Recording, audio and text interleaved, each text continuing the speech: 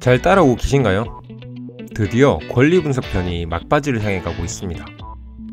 오늘은 앞서 설명드린 내용을 가지고 등기사항 전부 증명서를 보면서 권리분석하는 방법에 대해 알아보겠습니다.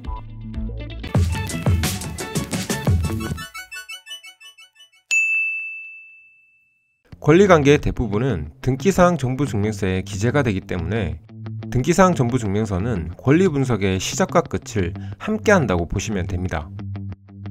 하나하나 뜯어보면 참 어려운 내용들이 많지만 제가 앞에 영상에서 말씀드린 대로 물건 선정을 하신다면 몇 가지만 보시면 됩니다. 등기사항 전부 증명서에서는 중요한 두 가지를 우선 확인하셔야 합니다.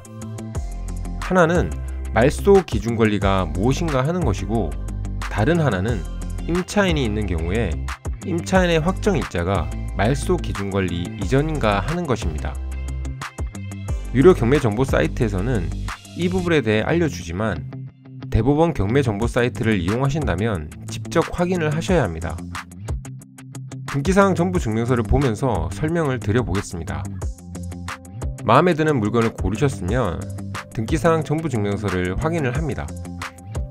이렇게 대법원 사이트에서 잘 열리지 않는 경우가 많은데 번거롭긴 하지만 링크가 열리지 않으면 대법원 등기소 사이트로 가셔서 해당 주소로 검색해서 출력을 하시면 됩니다. 그리고 이 등기사항 전부 증명서 출력 비용은 물론 유료입니다. 주변에서는 이 비용이 아깝다고 생각하시는 분들도 있는데 한 건 입찰을 보기 위해 100건 이상의 등기를 발급하진 않으실 거니까 한 건 낙찰에 100건이라고 해도 10만원도 채 안되는 돈이니 이 정도는 투자를 하시기 바랍니다. 만약 여러 건 입찰을 보실 거고 한 달에 많은 입찰을 하실 분들이라면 유료 사이트를 이용하시는 게 경제적으로는 더 이득이긴 합니다. 유료 사이트마다 요금 체계는 다르겠지만 각 법원별로 한 달마다 결제를 하게 되면 어떤 게 이득인지 판단을 하셔서 선택을 하시기 바랍니다. 아무튼 이 부분은 여러분의 선택에 맡기도록 하고 등기사항 전부 증명서를 보겠습니다. 말소 기준 권리를 기억하시나요? 기억 안 나시면 말소 기준 권리만 메모하셔서 모니터 옆에 두시고 확인을 하시면 됩니다. 꼭 외워야 한다는 스트레스를 받으실 필요는 없습니다. 권리 분석을 하면서 말소 기준 권리를 찾을 때만 필요하니 메모를 해서 사용하셔도 됩니다. 자, 이 건의 등기사항 전부 증명서에 말소 기준 권리를 찾아보겠습니다. 참고로 등기사항 전부 증명서를 인터넷 등기소에서 발급하실 때에는 발급 화면에서 요약의 체크박스를 선택하시고 출력하시는 걸 추천드립니다. 이렇게 발급을 받으시면 등기사항 전부 증명서 맨 마지막 페이지에 요약된 내용이 추가되어 등기된 권리를 분석하기가 좀 더 쉽습니다. 등기사항 전부 증명서를 보시면 아파트의 경우 표제부가 두 개로 나옵니다. 한 동의 건물의 표시가 나오는 표제부가 있고 전유 부분에 건물의 표시가 나오는 표제부가 있습니다. 표제부나 표제부에 나오는 대지권 내용은 경매 입찰과는 크게 상관이 없으니 넘어가셔도 좋습니다. 표제부를 넘어가면 소유권에 관한 사항인 갑구와 소유권 이외의 권리에 관한 사항인 일구가 나옵니다. 우선 갑구에서 말소 기준 권리가 될 수 있는 권리를 찾아보겠습니다. 이렇게 등기사항 전부 증명서를 보시면 빨간색 줄로 그어져 있는 걸 볼 수 있는데 이 부분은 말소된 권리이니 무시하셔도 됩니다. 소유자를 찾고 싶으시면 등기사항 전부 증명서 갑구에서 가장 마지막으로 나오는 소유권 이전 내용을 보시면 됩니다. 이전 소유자에 대한 내용이 빨간 줄이 없는 것은 말소된 것이 아니라 이전된 것이라서 남아있는 것이니 이전 소유자의 등기 내용이 남아있는 것도 신경 쓰지 않으셔도 됩니다. 이 건의 경우 7번 소유권 이전 내용이 가장 마지막 소유권 이전 내용이니 소유자는 이용희 씨가 됩니다. 거래가액은 수익률을 계산하실 때 보시면 될 거고요.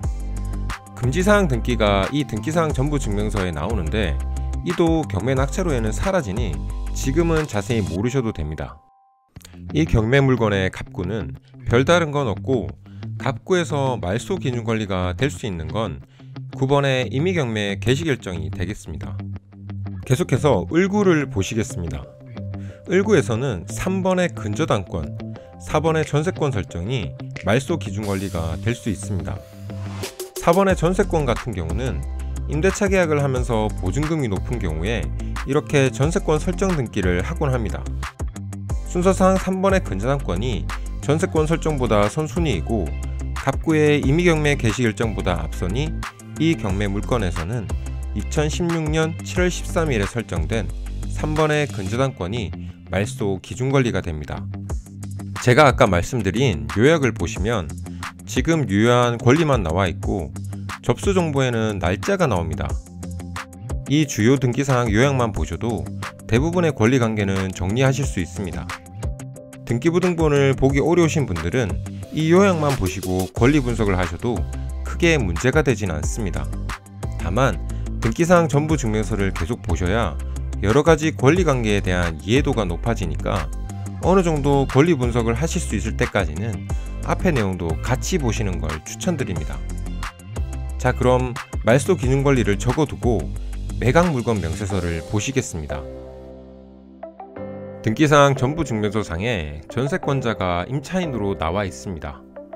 전세권 설정 일자가 근저당권보다 뒤라서 후순위 임차인이 되고 전세권을 설정하였기 때문에 따로 확정 일자는 받지 않은 것 같고 배당 신청은 했습니다. 이 임차인이 확정 일자를 받았다면 최우선 변제를 받을 수 있는지 봐야겠지만 확정 일자를 받지 않아서 소액 임차인의 최우선 변제를 받지 못하니 따로 확인하실 필요는 없습니다.